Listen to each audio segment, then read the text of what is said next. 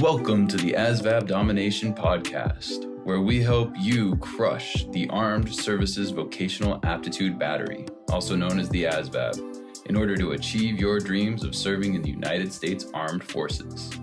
I'm your host, Mickey Gamonal, and I'm excited to share my years of experience and expertise in ASVAB preparation with you. In each episode, we'll dive deep into test material, strategies for success, and insights from military veterans and experts. Whether you're a high school student considering military service or a seasoned professional seeking to advance your career, this podcast is your ultimate guide to mastering the ASVAB and achieving your goals. Let's dominate the ASVAB together. For sure. But I think you're exactly right. A lot of it's going to come from repetition. Even when you don't feel like you really understand the math process, that exposure to the same questions over and over again, you're going to get better.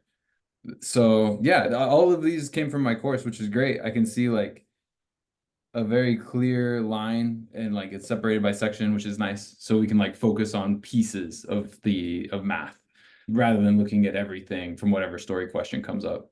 But yeah, we can just run through these for a bit. And then if you have any questions, you can just let me know. These are harder, right? Because there's no A, B, C, D.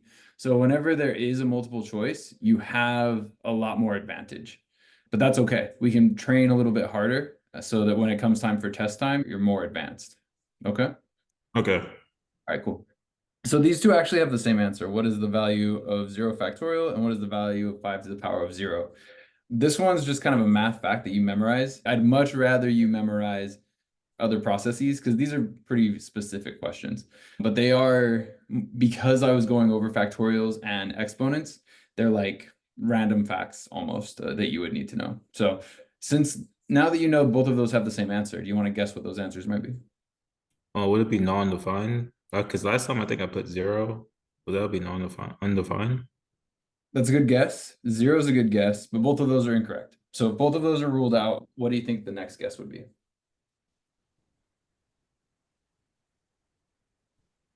My intuition is telling me maybe like 1. Yep, 1's the answer. Oh, wow.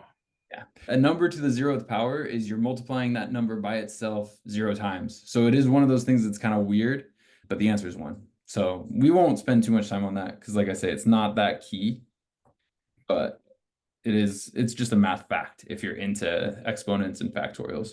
The greatest common, so these next questions are super relevant. So these ones, let me just bring it up again. I'm gonna crop this out too. All right, then much better. All right, so we're not worried about those that top one. So question 1, 2, 3 is what we'll call these, okay? Mm-hmm. All right, can you read question number 1 for me, please? What is the greatest common factor between 12 and 18? Cool. So you get 2 minutes to answer this question. How would you go about it? What would be your first guess? The greatest common factor. Well, I guess what I'm thinking, I guess I'm a little bit confused because I'm thinking like the biggest common factor between these two numbers. Mm-hmm. That's but true. I guess what's confusing me is like the least, I guess with the least commons, like the smallest, but wouldn't it be, I guess with the greatest common factor, wouldn't it just be like 12 times 18? So the way to kind of think of these things is factor and then multiple. Because both of those processes are in here. So this is smallest, the largest. Okay. All right. Multiples can be infinite, right? You know your multiples. What are your multiples of 5? 5, 10, 15, 20. Yep. Perfect. What are your factors of 5? My factors of 5. There's only 2. If you don't count decimals and fractions, there's only 2 factors of 5. And those are the numbers that you can multiply together to get 5. What do you think those would be? It'd just be 5 and 1. That's right. 5, 10, 15, 25. What you want to be focusing on is multiples are going to be a bunch of that same number over and over again, while factors are going to be what can I multiply together to get that number. Okay. All right. So now rather than doing 5, and I think 5 is always a good place to go, right? Think ones, think fives, always try to make things simple. So, but now we're going to look at the question itself. So what two numbers do we need to solve for? 12 and 18. Very good. All right. And so what we're going to do one at a time. We don't need to worry too much about multiples, but if you want to show off a little bit, what are some multiples of 12? So remember, this is going to be 12 multiplied by something. So it'll be like 12, 24, 36. Yep, that's what I was talking about. When showing off, you know that it'll go up to 48 and then 60. That's boom, boom, boom, boom. All of the multiples. Those are larger than 12, while the factors must be smaller. So you were saying the factors. Go ahead. Wait. So the factors would be, oh, the factors that go into 12 and then the multiples. Yeah, the factors that go into 12. So it'd be 3, 4, 6, and obviously 12. And then the multiples would be just 12 in itself. Yeah. So go ahead.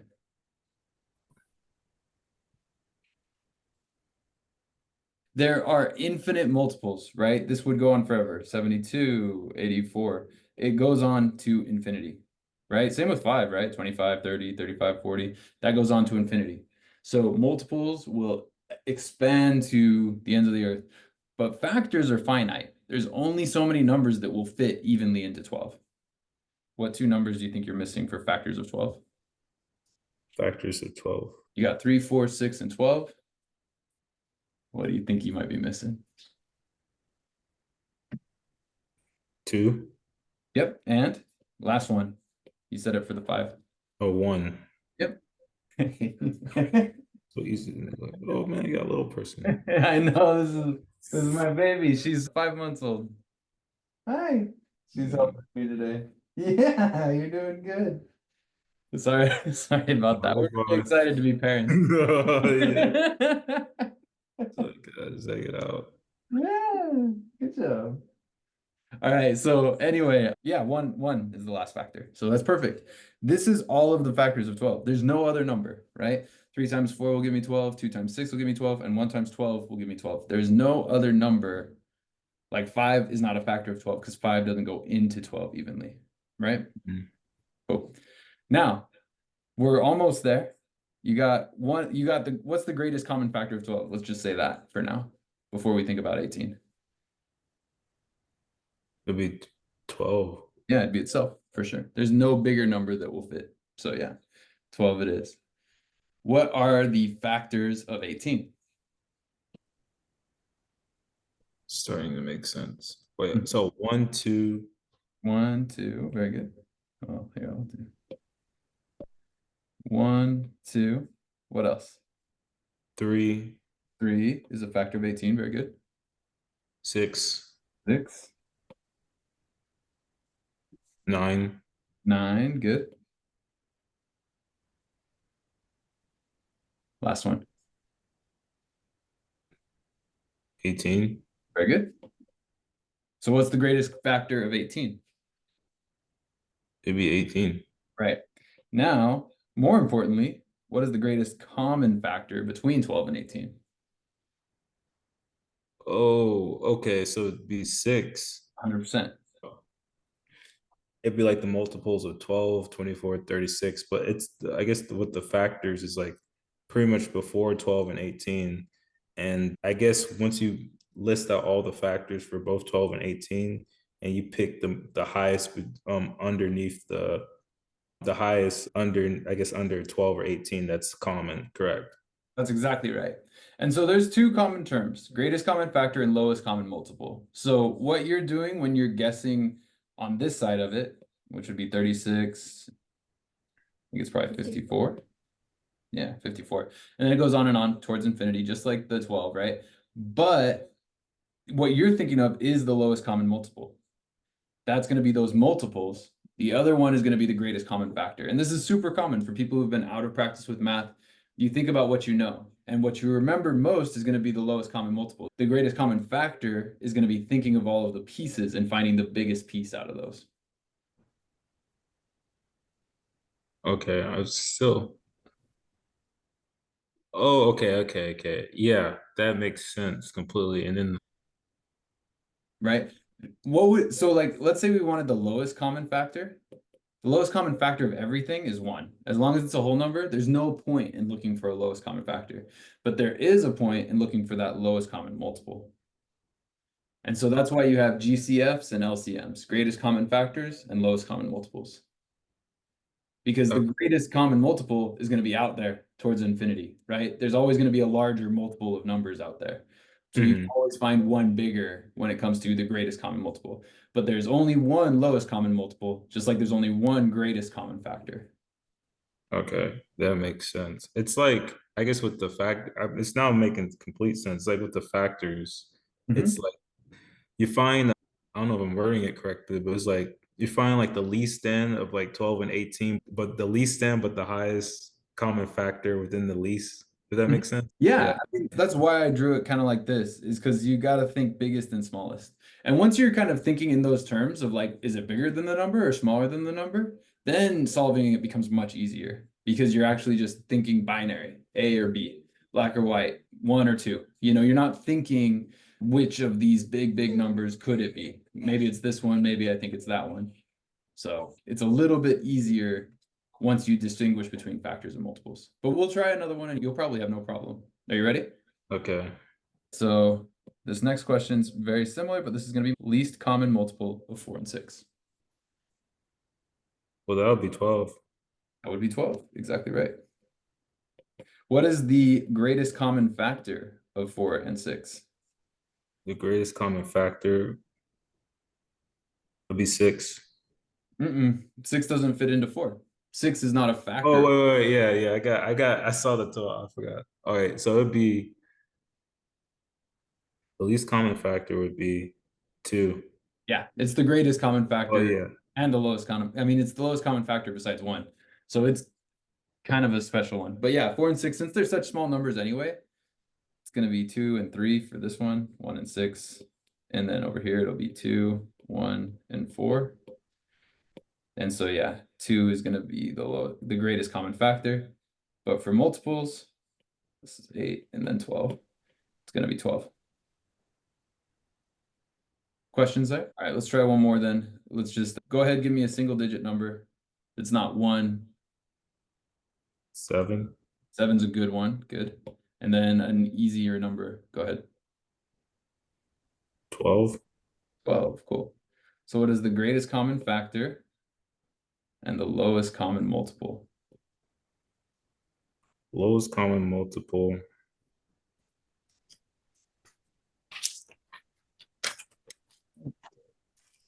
The greatest common factor for both of them would be 1. Very good. Why?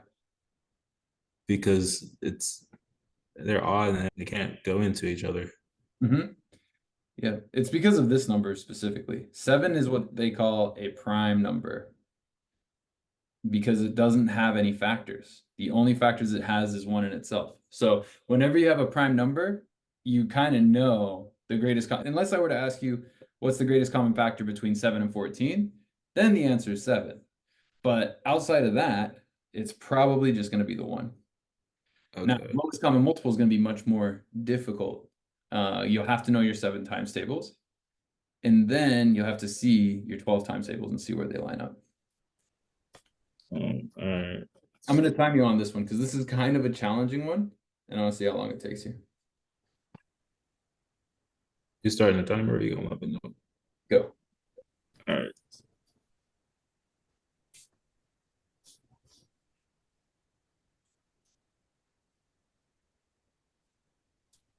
So 24, 36, 32.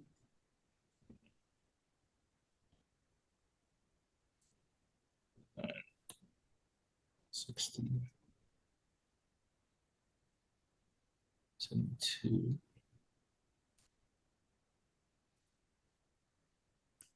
72.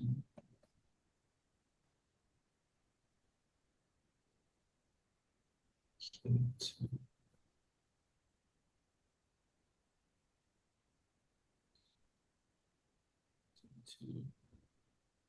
84.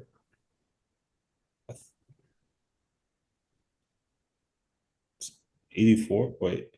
Yep. 84. I think you're right. Yeah. Very good. And that's true of any number. You're going to find a common multiple whenever you multiply it by the other number, right? Because 7 times 12 is what gives you 84. And so, of course, they're a common multiple of each other, because if you have 12 sevens, you got 84. And if you have 7 12s, you have 84. So that's always going to be a common multiple. Oftentimes, you got to be finding the lowest common multiple. These numbers don't get along that well, right? 7 doesn't get along with much because it's such a prime number. Mm-hmm. Let's try one more. I'm going to give you some easier numbers. Any questions on this one before I erase?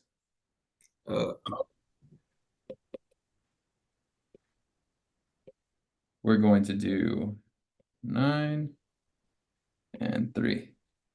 Greatest common factor, lowest common multiple. And I'll time you. Ready, set, go.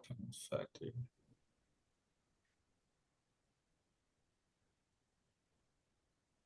Greatest common factor would be 3. Good. And the lowest common multiple will be 9. Perfect. Cool. This one wasn't super challenging, but it was a little tricky. Both of the numbers themselves are the GCF and LCM. Let's try one more.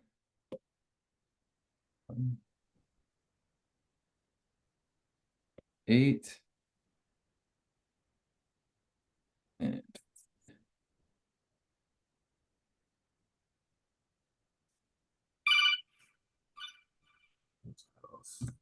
Sorry about that. no worries. If you got to take it, I can pause for a bit too. No, as a friend. Let's see. Greatest common factor.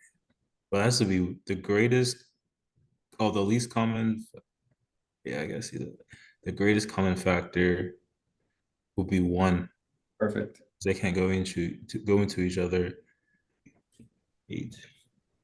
I think the least common multiple would be 120. Yep, I think you're right. Now, the only time that I would pause here is, does 8 go into 60? Does 8 go into 60? No. Nope. So once you know that, then you know it has to be 120. It has to be that 15 times 8. So Yeah. perfect. All right, questions here. No, I feel like I have the understanding of it now. So Cool. Yep. So yeah, whenever you see factors, always think smaller. Whenever you see multiples, think bigger. Multiples of that number. okay. All right. Thank you. I skipped over the geometry because you did have some other questions. I'm not trying to like skip it. We can go back to it always, but I did want to stay kind of, because what we're focused on right now is numbers, algebra. And so we can go back to geometry where it's graphing, which is technically algebra as well, but we'll save that for later. It's a little more drawing. So I want to focus more on equations basically. So yeah, let's start with this. Number 1. Go ahead, read it. What's the solution of the equation 4 parentheses x minus 3 parentheses equals 16? Perfect. Ready, set, go. Okay. I'll tell you when you hit 2 minutes if you go to that far.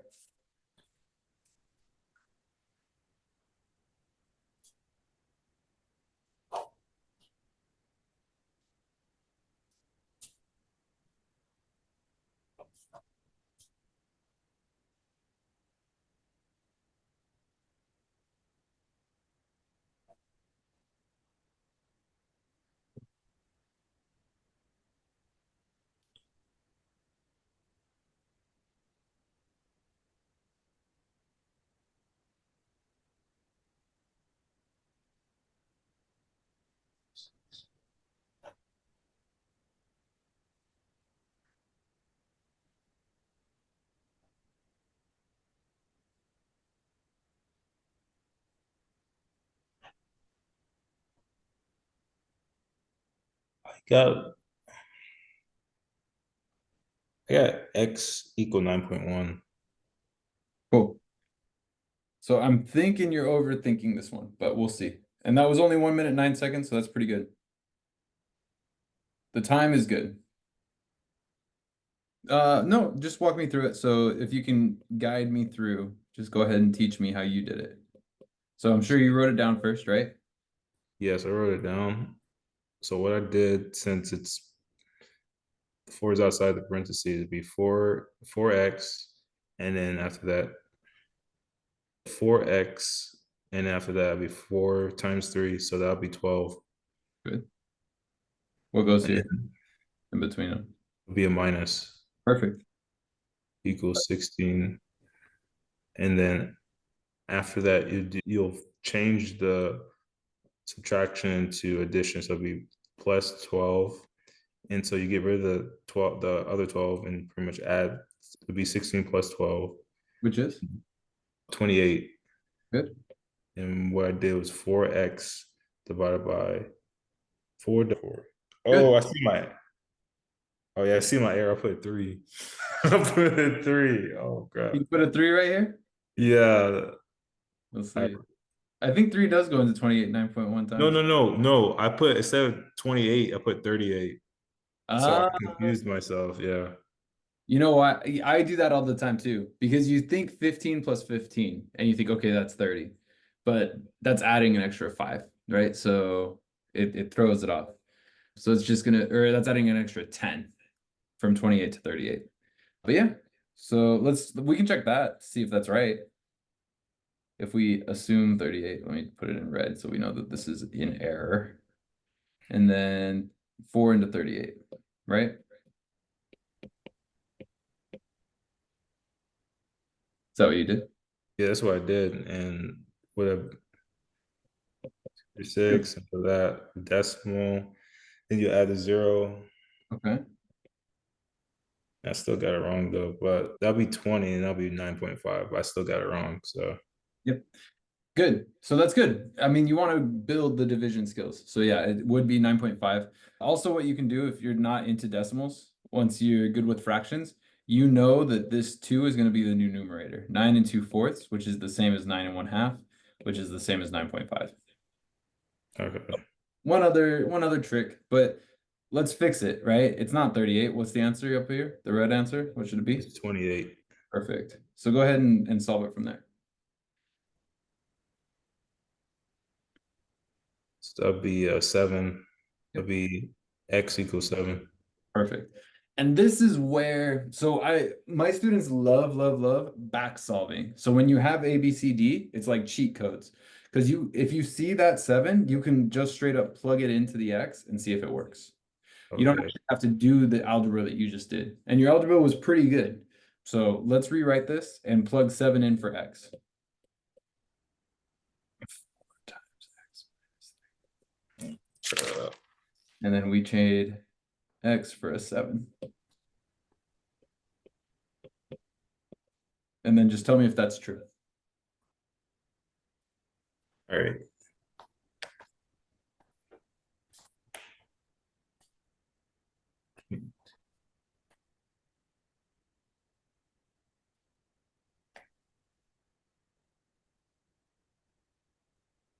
So it'll be 16. Yeah, that's correct. 16 equals 16. And then you pick 7, like B is 7. And so you're like, woo, on to the next one. And you know you're right, which is always good, right? If you plug that number in and it works and it gives you the right solution, you know you're right and it gives you confidence going forward into the next question. So I always encourage my students to back solve every chance. One last thing that I want to mention before we move on from this, because I love algebra and I love solving equations like this. I just want to tell you, rather than distributing was smart, you were able to distribute. I can't tell you how many students would turn this into 4x minus 3. That's incorrect. But you knew to put the 4 on the x and the 3. So that's great. Now, what you could do is you could divide both sides from 4 before doing that. And so what happens to this 4 is it cancels. And you're left with x minus 3 equals, what's 16 divided by 4?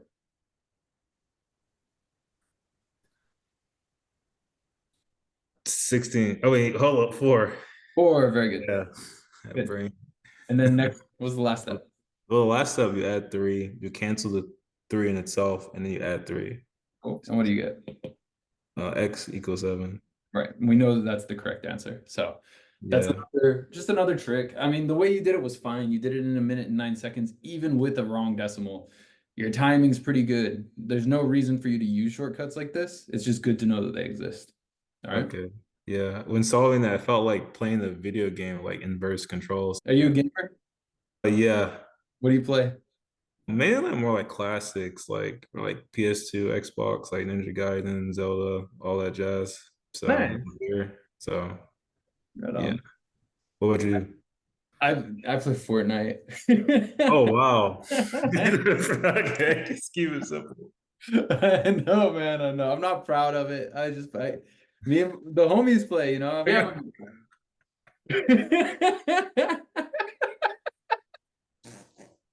all right, all right. Yeah. Yeah, note that. But yeah, no, man.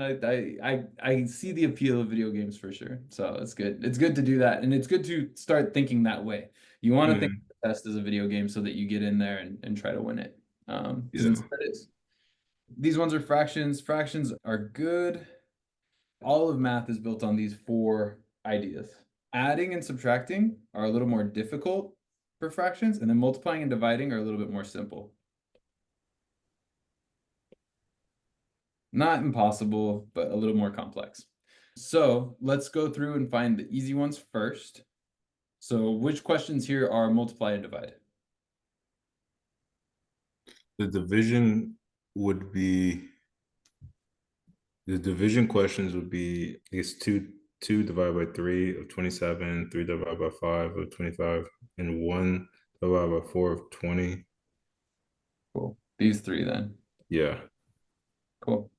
So these are multiplication questions, believe it or not. Just like when you see negative numbers, like what is negative 3 plus 6?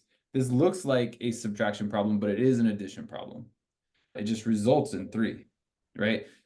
It is technically subtracting, but you're adding negatives and positives. Here, the same thing. Even though there's that slash, that just means that that's a fraction.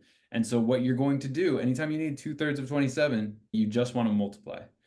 Okay. Like if I were to ask you what is 6% of 92, what you want to do is you just want to do 0.06 times 92. So here, all three of those are actually multiplication, not division, which is great. It's great for us because we can go through and do that really, really easy. You'll get really good at this. Between these three questions, I can do the first one and you can do the next two.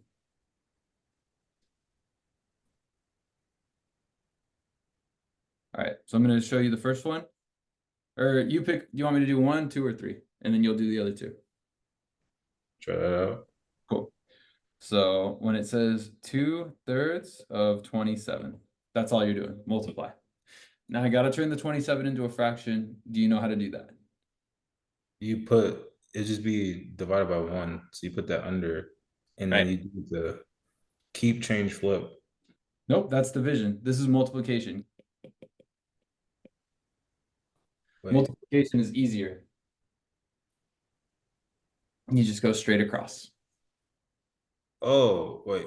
I guess tripping me because it's like 2 divided by 3 of 27, but I didn't know it's interpreted 2 divided by 3 times 27. Mm-hmm.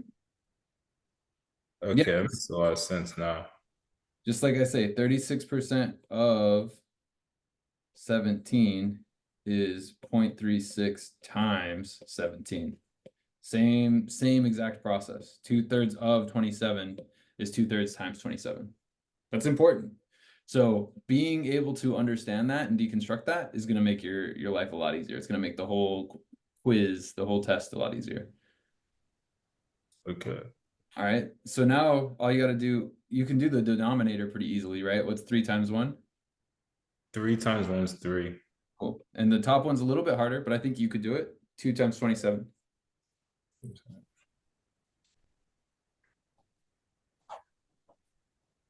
Be 54. Perfect. All right. And then there's one last step here. You actually do have to do the division. So what is 54 divided by 3?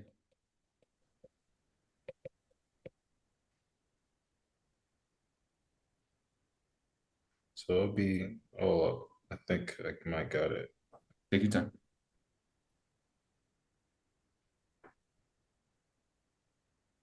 Dog gets the house.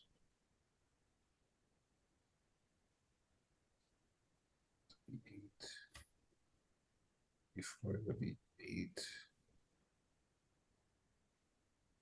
So that'd be 8. 24 divided by 3 is 8. So you're on the right track, but you're missing something important. What's 3 times 10? 30. 30. So you know it has to be more than 10. It can't be 8 because if it was 30 divided by 3, it would be 10. So you know it has to be more than 8. It has to be more than 10. 54 is bigger than 30.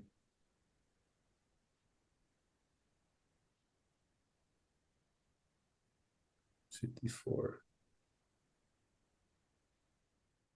Oh, I think I did. Oh, I think I did it backwards. I did like 3. Okay, I see. I think I know I did wrong. Take your time. I mean, you're missing something simple. Once you know the right answer, it's going to be obvious to you.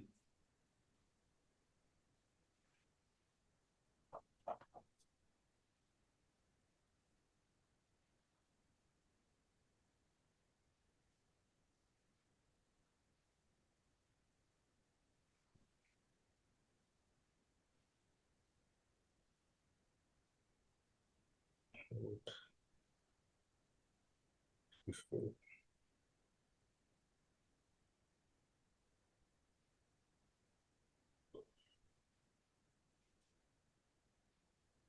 All right. I'm gonna give you 1 minute. I think you're gonna figure it out in the next minute. But if you don't, I got you.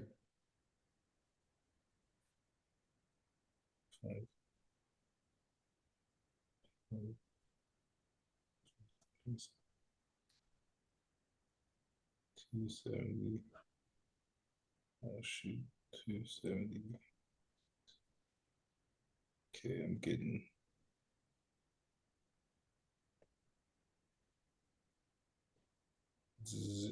0.05 and 30, remainder of 30. 0.05. No, you're overthinking it. I'm telling you, you're gonna be pretty happy when you see how easy this is. So 50 for you. I heard you say top dog gets the house. So I know you set it up like this, right? Yeah, that's what I set up the first time, and then I did it backwards, 54 and 3, since I got it wrong. Yeah, I did that the second time when Gotcha. Cool. How many times does 3 go into 5? it won. 1. And Yeah. that's where you get that remainder 2. Bring down the 4. How many times does 3 go into 24? That's 8. 24 plus 30 is going to be that extra 10 that you need. And so you need 10 threes to get to that 30, which will get you closer to the 54. Not just this problem, like another problem. So, Yep, right here. But yeah, you went from 28 to 38 is simple mistakes. Though, you know what helps with that though? Honestly, what helps with that is going to be seeing what to do, right? It's all about the practice because you probably will make a couple of simple mistakes as you develop the skills. And so knowing where your simple mistakes come from, you can kind of adapt from there. okay. But yeah, the answer here is 18. Now, I want you to do the other 2. Did you feel ready or do you want me to do one more? You can just do one on your own if you prefer. I feel I have an understanding of it. So, Cool. Most of it's the setup, right? I don't think your division was that bad. You just made a simple mistake. The setup is key. So just make sure you multiply straight across. Don't do any of that keep, change, flip. You only do that when dividing. okay.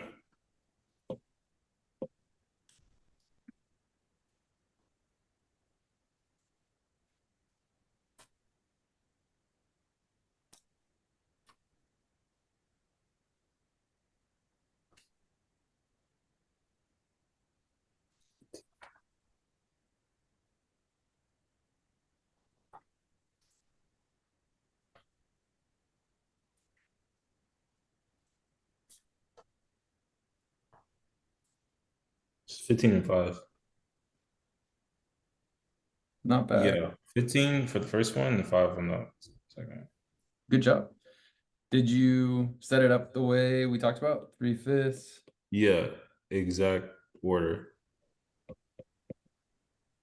5, and that gives you that 15. And 1/4 times 20 over 1 gives you 20 divided by 4, which is going to give you that 5. Now that you know all three answers, 15, 5, and 18, remember that process. That's more important. But I want to talk about how fractions fundamentally work, because if you get this part, it's going to make everything a little bit easier. 2/3 of 27 is the same as 2/3 times 27. Or it's the same as drawing 27 pieces and breaking it into 3 pieces. And you'll notice that it's 9, 9, and 9 will give me 27. So 2/3 of that is 2 9s, which is going to be the 18. 1, 2, 3, 4. That's 5, right? And how many is going to be in each piece? If I break 25 into 5? It'd be 3. Nope, it's 5 each. Oh, yeah. 5, 10, 15, 20, 25. And so how many 5s am I going to count here? It's going to be 3. Yes. And that gives me that 15. Questions there?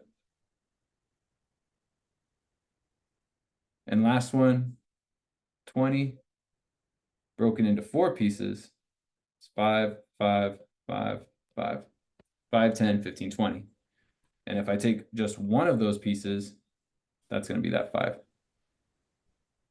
So multiplying straight across, dividing it out, and solving it that way is great because your math facts are good enough. But understanding what fractions do to numbers is also important because it'll help you to kind of do sniff tests and be like, does this make sense? Is half of 36 going to be 18 or is it going to be 72? Well, you got to know that half of 36 is a smaller, just like the factors and multiples, same exact idea. Okay. Questions here? No questions. Good job. Next, we're going to do the other one, which is going to be these other 2. Now, adding and subtracting fractions is a little bit harder. So we'll start with these top 2. We'll save that last one for last. 3/4 minus 5/8. Think. This is where the greatest common factor, lowest common multiple, this is where that process comes into play. Okay. So you want the same, so it'll be for the denominator, it'd be the least common factor. Nope. It's important that I get you to say that right. It's not the least common factor, it's the least common denominator. Lowest common denominator is true, but it's not the factor, it's the other one, the bigger numbers. The greatest common denominator. Nope. Lowest common, not factor. What was the opposite of factor way back in the beginning? Lowest common multiple. Multiple. Very good. So for the denominator, you want the least common multiple. So in this case, it'd be the least common multiple would be 8. Perfect. And so to get that, you have to times 2 times 4 do that for both. And you do the same process up top, 2 times 4. And then now, since both the denominator is in common, it'd be the numerator still 6, and the 5, 8 still remains the same. And then you'll subtract, and so it'll be 8, and it'll be 1 divided by 8. Perfect. That's exactly right. So I'm going to show you an easy one just so that we can illustrate the point. What's the lowest common multiple for 2 and 4? 4. 4. And so what is the numerator going to be over here? 2. 2. And this numerator is going to stay the same, and we'll get 1/4, right? Yes.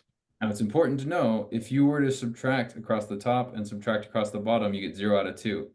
Is half is going to be if I have a Kit Kat breaks into 4 pieces, half of that Kit Kat is bigger than just one piece of that Kit Kat.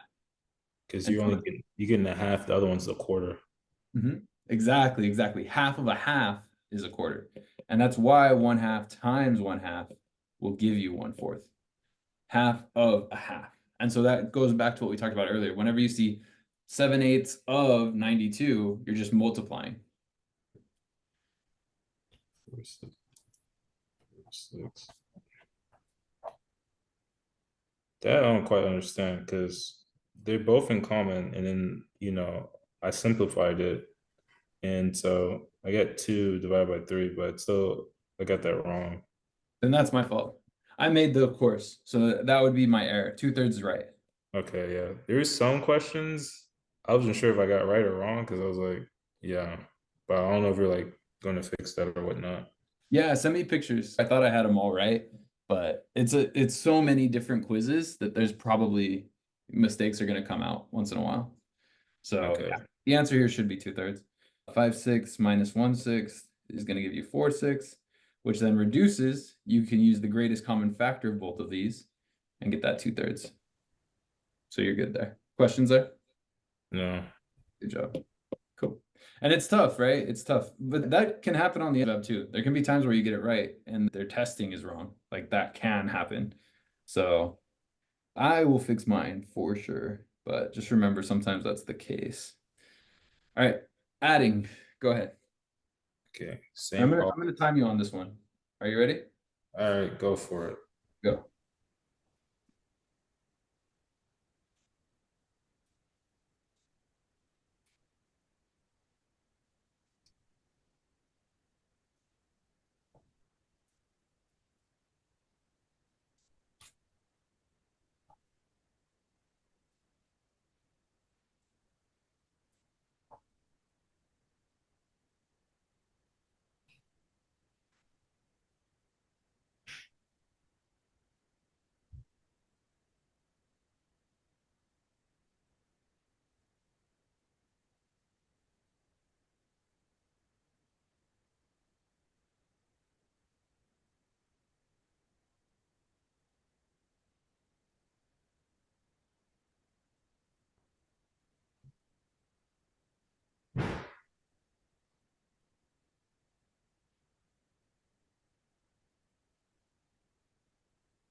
I got 11 divided by 15.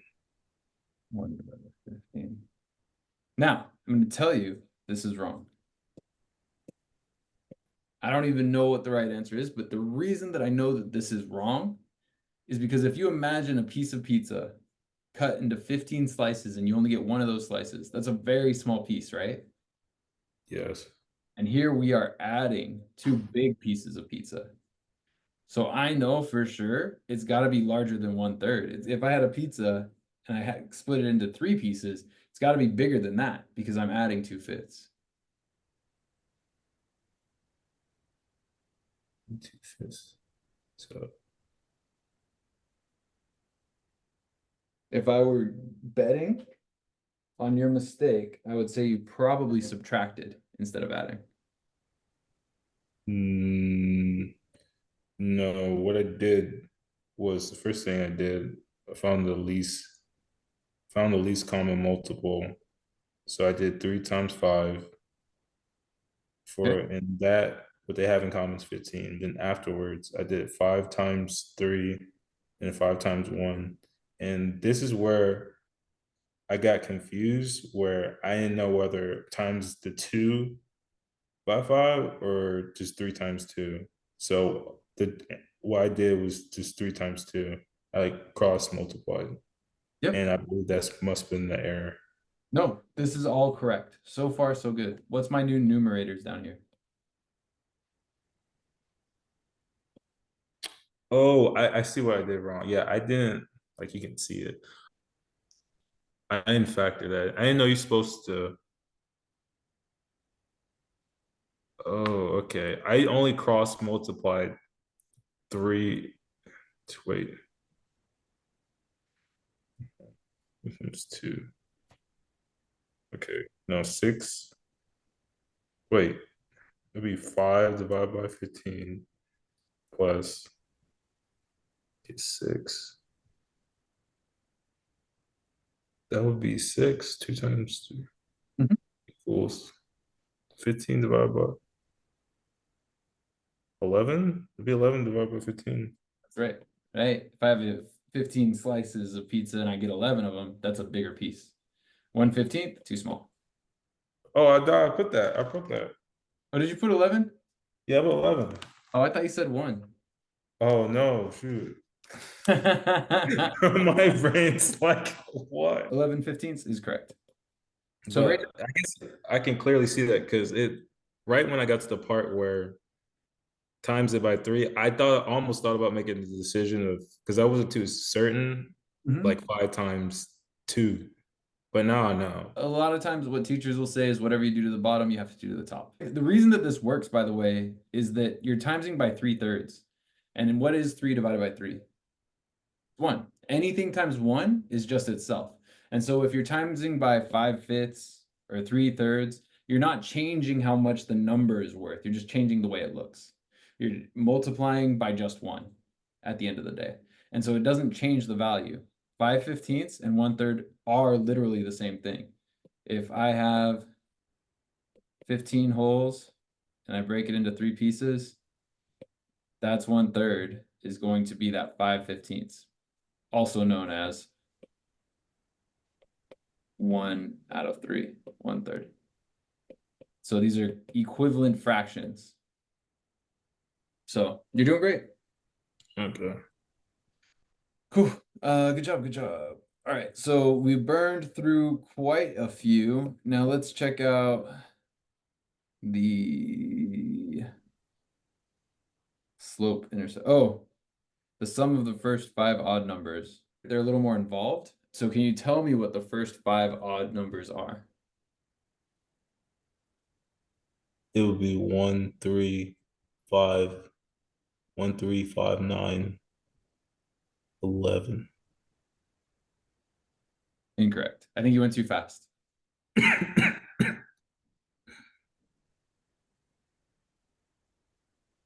Some of the first, wait, would it be some of the first These 5? ones are right.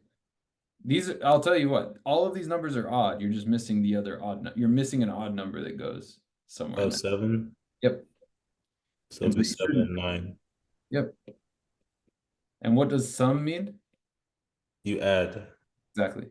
Go ahead and add these up. Tell me what the answer is.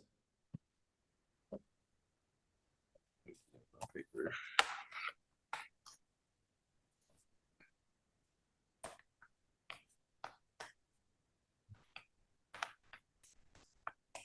$25. Perfect. 25 is right. Good job. So that is the sum of the first 5 odd numbers. And you might see something like that. What is the sum of 3 odd numbers between this and this, or something like that? So you could see something like that. Knowing what odd and even numbers are, knowing what sum and difference are, it's just all vocabulary, really. Okay. Cool. Good job. Now, we'll just start from the top for these ones. These are, like I say, a little more difficult, but definitely not impossible. Go ahead and read the top one for me, please. What is the x-intercept of a line of the equation y equals minus 2x plus 6? Cool. And so what does a graph look like for this? The graph look like? Yeah. It would be, so if it was a graph, it'd be like minus 2x would be like on like the left, on the top left of the graph. It'll be on the left side of the graph. Mhm. And 6 would be the y. So it'd be pretty much y on the line going up. So the line would be pretty much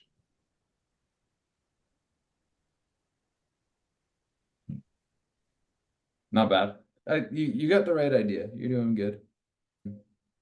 Yeah, so there's a lot of vocabulary in here, right? There's slope, there's x-intercepts, y-intercepts, there is all that stuff. So in this case, you're right. It looks pretty much like this. Y equals -2x plus 6.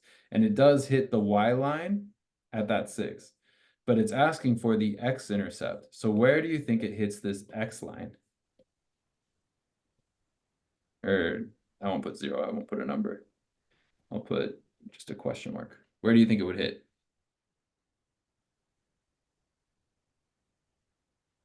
My first guess would be just 2x. 2. I think you might be right. It's a good guess. Let's check. So what you can do is you can just say y equals 0 right here, right? It's neither up nor down. This is like -1, this is +1. So y is 0 on the x-intercept, right? Y 0 on the x. Yep, because it's not positive number, it's not a negative number, it's right there in the middle on the y line. What you're going to do is you're going to say y equals -2x plus 6, and you're going to set y equal to 0. Okay. And so now you can go through and solve. What do I have to turn x into to make my result 0? It'd be -6, and then it'd be -6. So it'd be -6 equals -2x. Okay, I get what you're saying. You subtract 6 from both sides. Yes. Good. And after that, you divide by 2. -2. Good. It's important. And then last step. Be x equals 3. The reason, because the two negatives cancel and turn into positive. Perfect. And now I want to take it back to what I talked about earlier. That back solve is key. Back solving is crucial here. So we can just plug a 3 in there and see if it works. Y equals -2x plus 6. And now we say y equals -2 times 3 plus 6. And then what is -2 times 3? -6. Yep. And then what is -6 plus 6? They cancel, so it'll be 0. 0. And that's what we wanted. We wanted y to be 0. So we know that x equals 3 is the x-intercept. Okay. All right. Another way to do it, just because I'm always going to want to show you a couple ways, because different people learn different ways. So it's worth the time to see 2 ways. Do they have a graph on that ASVAB, or it's just be kind of just a word problem? It could be where they show it and you can see the numbers there, but I think you're too smart. That would be a question that they give somebody who's really failing the ASVAB, and they just say, what is the x-intercept? I don't think you're going to be that bad at math. I think your math is going to be good enough that they won't give you that easy of a question. But if they do, definitely get it right. Okay. What is the slope of this line? We know that it hits here. What is the slope? Actually, the slope will be x, right? Wait, I guess I don't understand the terminology. So yeah. So it's y equals mx plus b. B is, you already said this one. That's why I thought you might know. You know that the b is the y-intercept, which is good. It's a good start. M is what? This one's the slope. Oh, m's the slope. So that in that case, that'll be 4. Nope, the slope is just this -2. Don't overthink it. It's the number that you're multiplying by the x, right? Where if y equals mx plus b, and they say y equals -2x plus 6, b is 6, m is -2, right? All right. So the slope is -2. And all you got to do is change that into a fraction. You already know how to do that.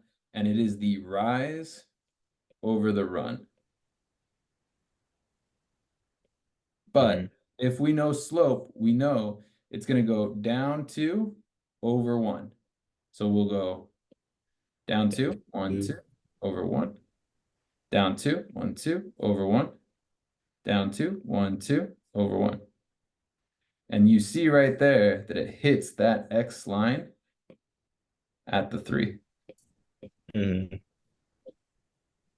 Cool. And so that's one other way to solve the same question. Thanks.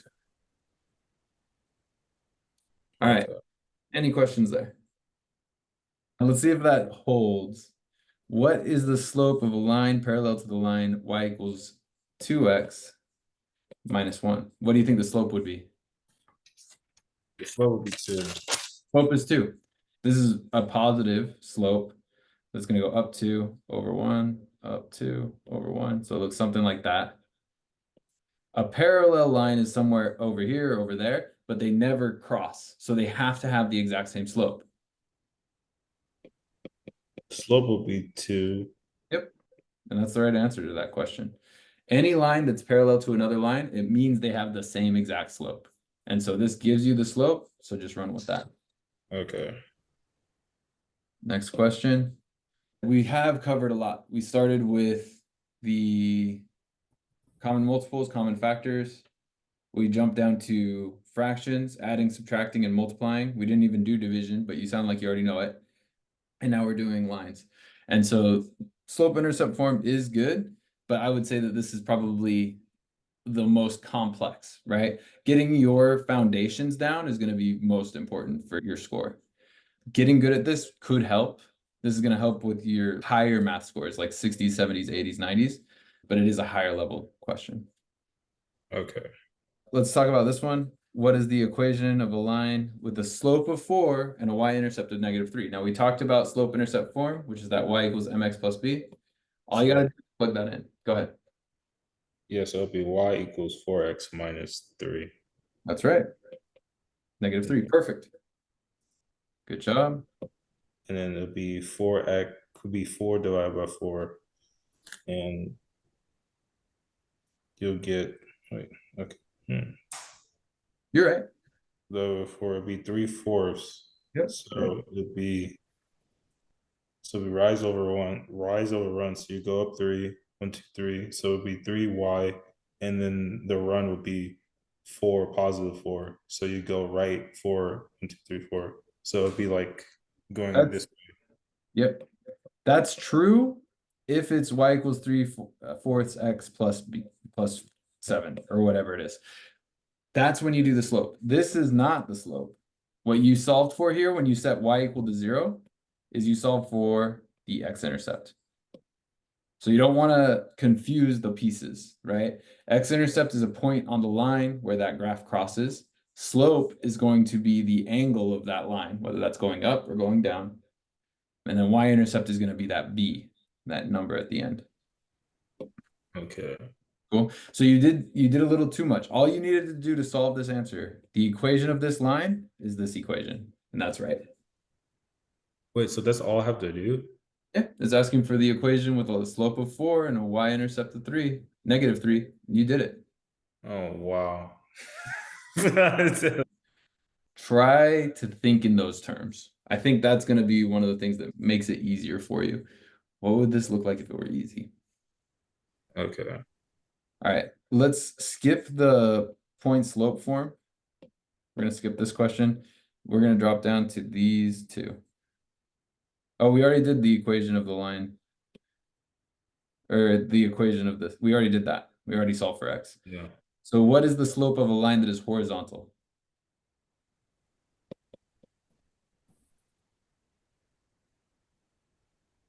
Yeah, I don't know. What does horizontal mean?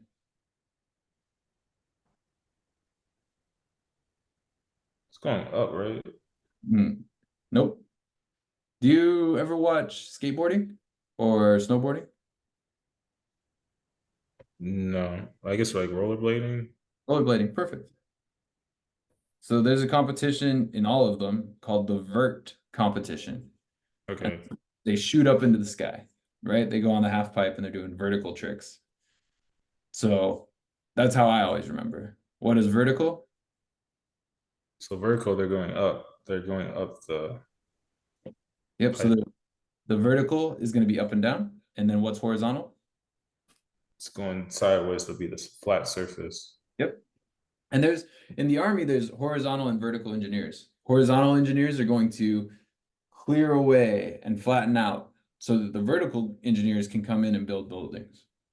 So same idea. What is the slope then of this line? Because that's a horizontal line. What is the slope of that? That's horizontal. But what is the slope of a line that is horizontal? You're right, it is horizontal. What is the slope of that line? Remember, if it's going up this way, up 1 over 1, up 1 over 1, that's going to be like 1. If it's going down 1 over 1, down 1 over 1, that's going to be -1. What is it if it's flat like that? Yeah. If it's horizontal. Oh, he's horizontal. Oh, wait. Hold on. Yes. What's The the ones that looks like mountains is going horizontal. horizontal's flat? Oh, these are just arrows. Oh, these are lines. These are diagonal. Oh, okay. Yeah, I One's guess I'm straight up, thinking too much. Yeah. one's going straight down. So I'll just help you out. This, what is, like, think about it. What would you call the slope if you're standing on a flat line? How slopey is it? Well, slopey, not flat land. It'd just be how slopey is it? It'd just be pretty much flat Flat. 2D. It'd just be 2D. Yeah, that's right. It's 0. So the Zero. slope of a horizontal line is 0 because you're not going up and over. There's no slope to it. So it's 0, flat. It's literally right between +1 and -1. So the only number between +1 and -1 is 0. Or the number that's like right in between those two is 0. So the slope of a horizontal line is 0. The slope of a vertical line is going to be undefined.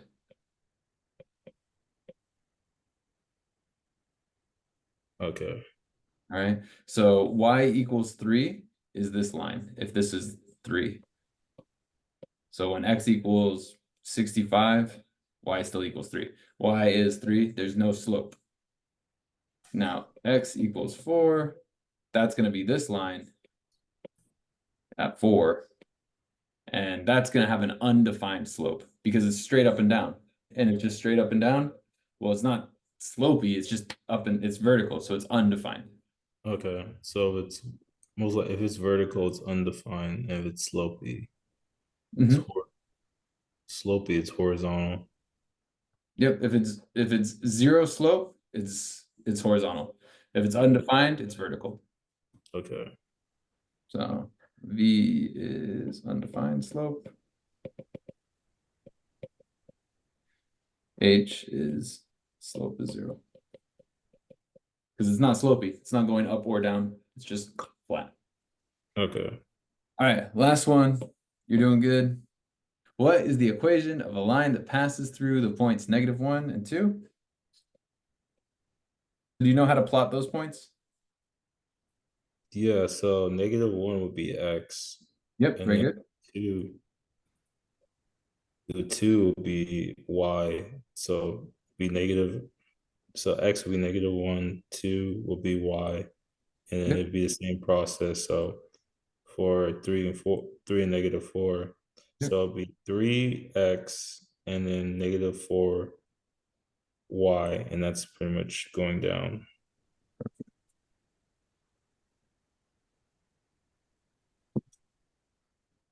Not too bad. So I don't want to guess. This one's easier with A, B, C, D.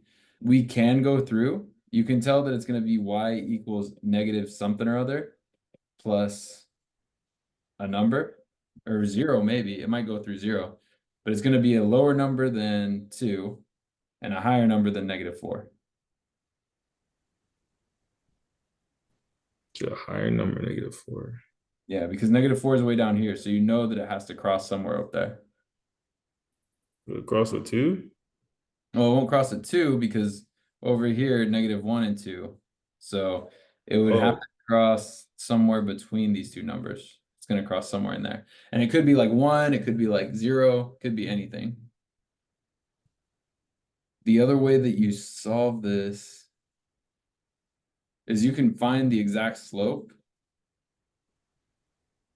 through taking the two y values, 2 and -4, and the two x values, -1 and 3. And this is going to be the rise over the run because y is the rise and x is the run. And so we take the x's and put those on the top where the y is, and take or I'm sorry, take the y's and put them on the top where the y is, and take the x's and put them on the bottom. And so 2 minus 4 is -2. -2. -1. -2. That's +2 because the 3 is going to win. And so we get -1. And so now you can go through and solve it pretty easy. It's going to be down 1 over 1. And so that's going to be the y-intercept. And so it's going to be y equals -x plus 1.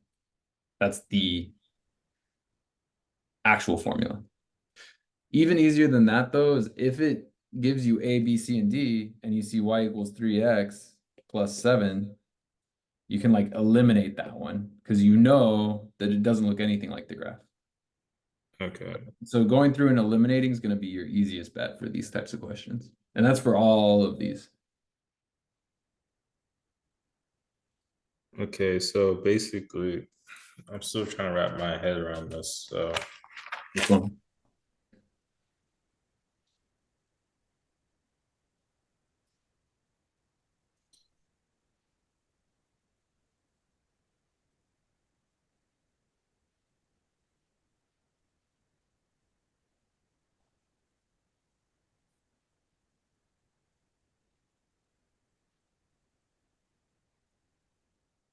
All right, the equation of this line. So this is for when they intersect, right? Mm-hmm. Okay, so for the x's, it'd be -1 plus 3, and for the y, 1 plus 3, and for the y, it'd be 2 minus 4. So y and x. So it'd be 2 y, 2 negative y, and then it'd be +2 x. And after that, you divide, and then you get negative. Do you get -1? So it'll be y equals x -1. Yep. Y equals -1x plus, And and then we don't know the intercept until we go through and solve for it. And so the easiest way to do that is to plot the points. So you showed me how to find these points. 1, 2, 3, down 4. 1, 2, 3, 4. Like that.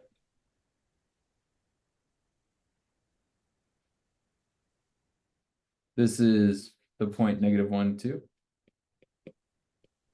And this is the point 3, -4. Right? Questions on that? You've plotted points before, right?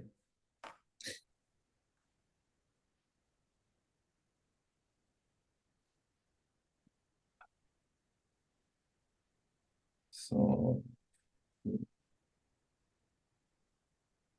equation I kill you. line given 2 points.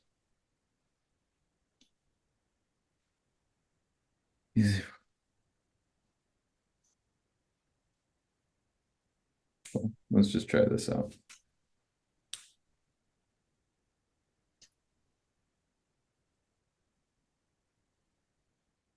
Can you hear him?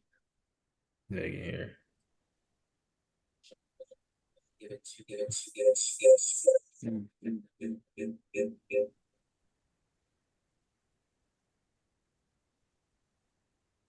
Yeah. So here what they're doing is they're taking the slope by doing the y's over the x's. Okay. Okay, I did that.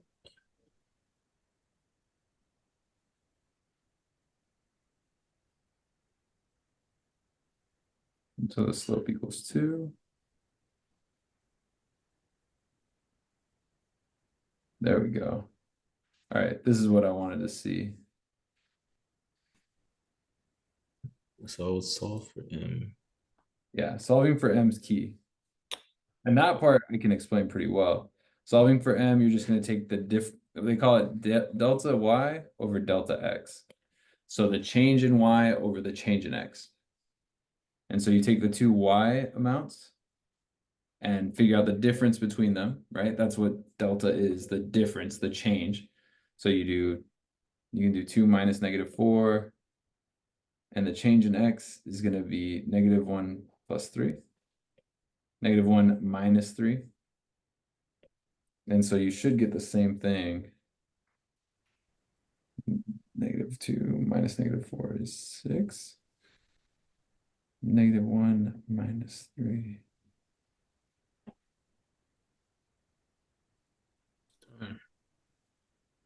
Still trying.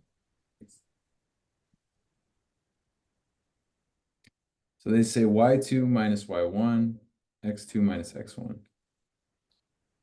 And I'm solving for m, Mhm. and that's when. So once the m in this case would be -1, but after that, that's when things start getting cloudy or hazy for me in the Okay. process. Then let's see what they do. X minus x1. Okay. And so I think y is going to stay a variable, and so is x. And we know is 2. Okay.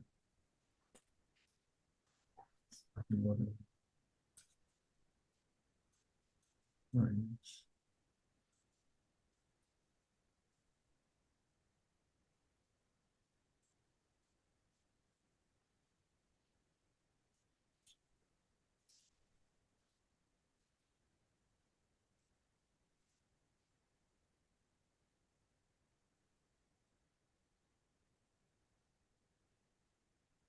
X plus 4.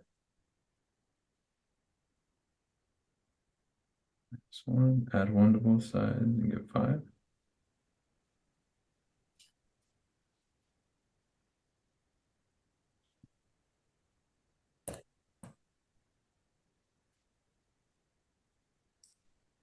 Okay. All right, so let's give that a shot. So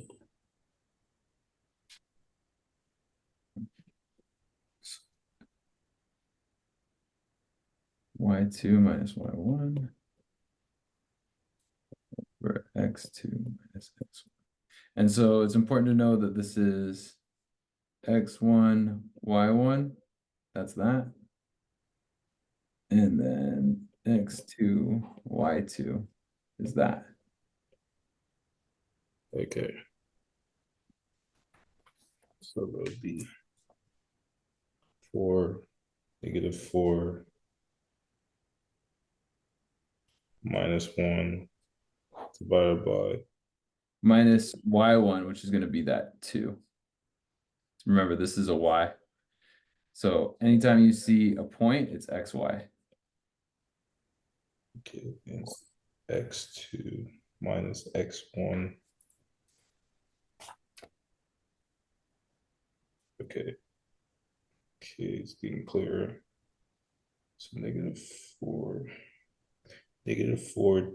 y2 minus 1y divided by -4 -4x -4x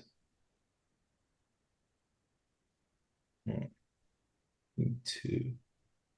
Wait, so the subtract, I guess in this form. Oh, okay. I guess I kind of got confused. So in this, the formula for y2 minus y1 divided by x2 minus x1. So you're supposed to subtract Mm-hmm.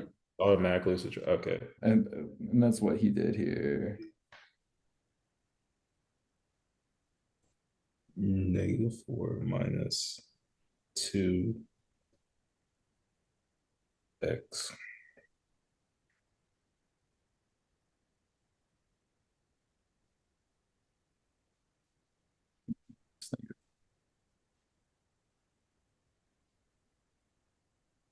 So it'll be 5, -6.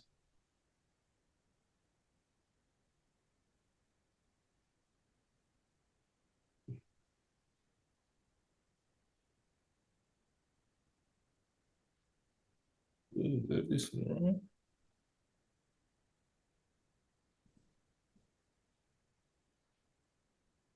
Oh yeah, I did do something wrong.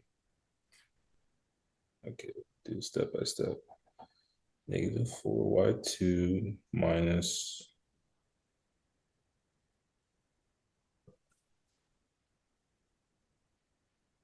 -2 divided by x2. No, divided by 3x2. So you're trying to replace the variables with the numbers. That's going to be key. So -1 equals x1, 2 equals y1, 3 equals x2, -4 equals y2.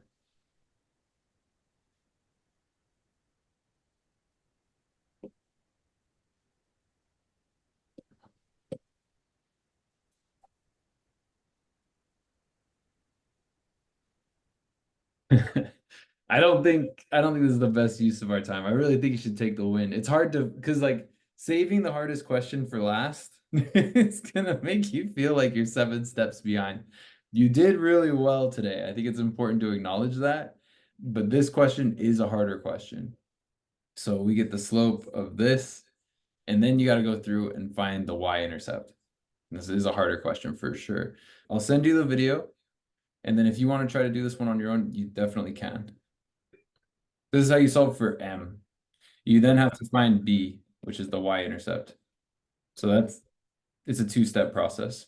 Solving for B, well, the way that they did it, the way that this guy did it, is he went through and he set up a whole new formula. So y minus y1 equals M times x minus x1. And so we know y1 and x1.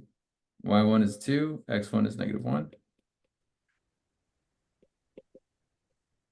And so we can plug these in. So y minus 2 equals M, which we know was -6/4. I think that's -3/2. It reduces.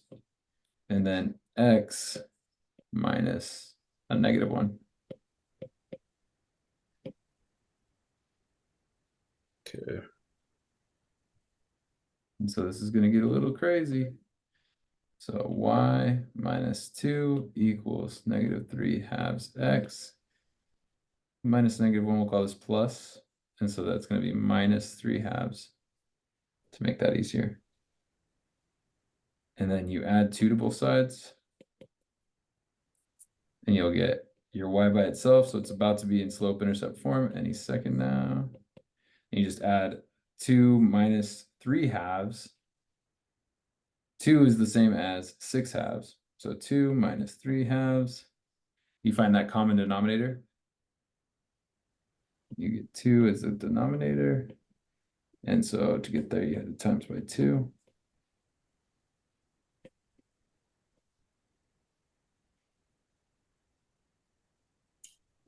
Four halves. 3 times 2 is 6.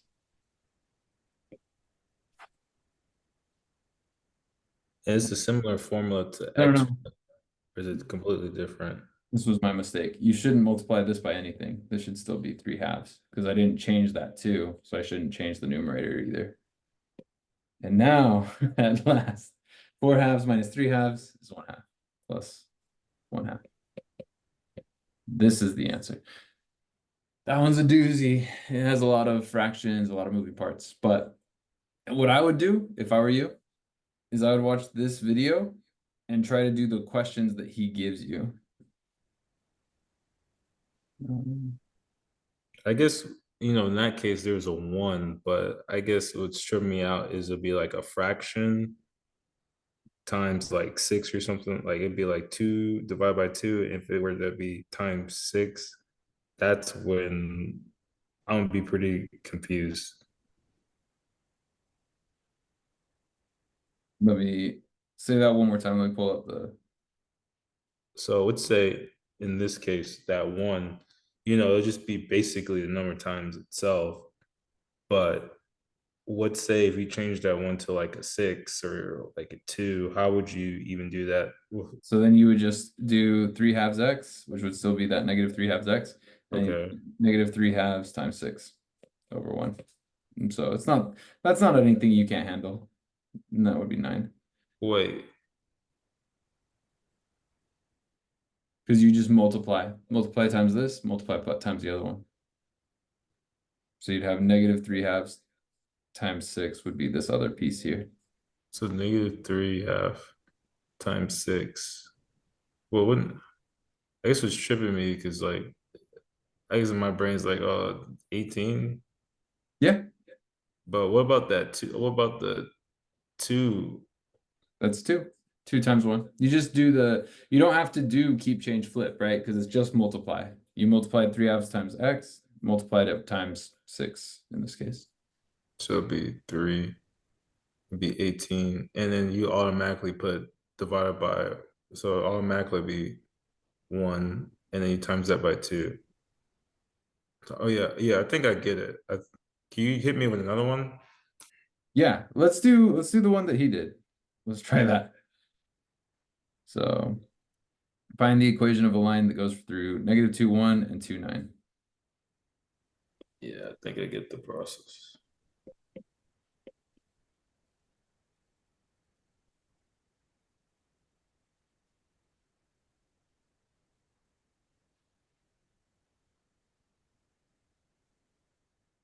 You want me to just time you?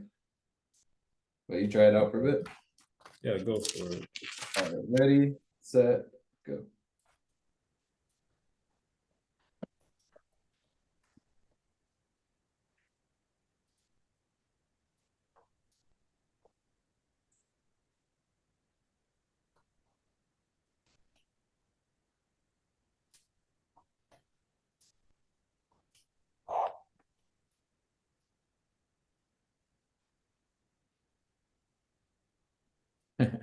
I think this is what I love about teaching most, is this is probably one of the things that I was not that great at. So I get some practice with it.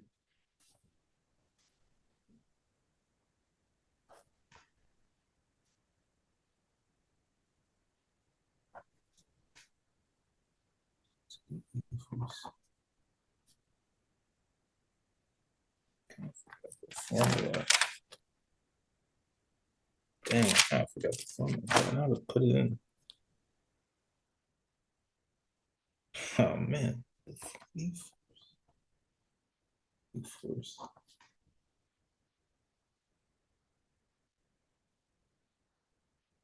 Darn, I forgot the formula. For the second part. All All right, right, I know so what to do if I see the formula, if I can remember the formula. my one. Did you get this one? X2 minus X1? Yeah, I got that part. I remember that. The Okay, so what, second part. the second part is y minus y1 equals m times x minus x1. And so Okay. you only need 1 point for this.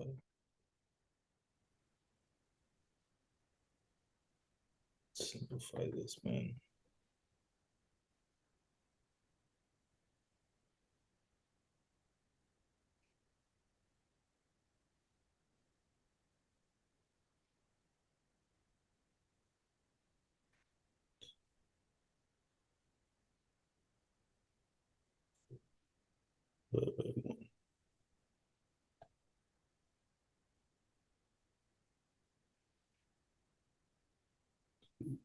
Probably 4.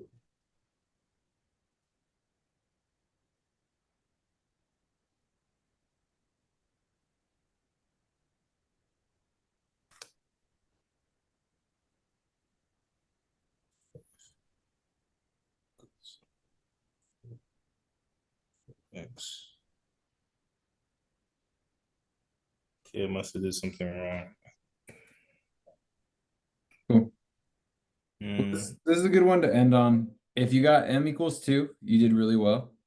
And then if you got close to y equals 2x plus 5, did decent. But remember, this is the first time that you've practiced this. So take your time with it. I guess after I got 8 divided by 4. Oh, where did you get that? Yeah, 2?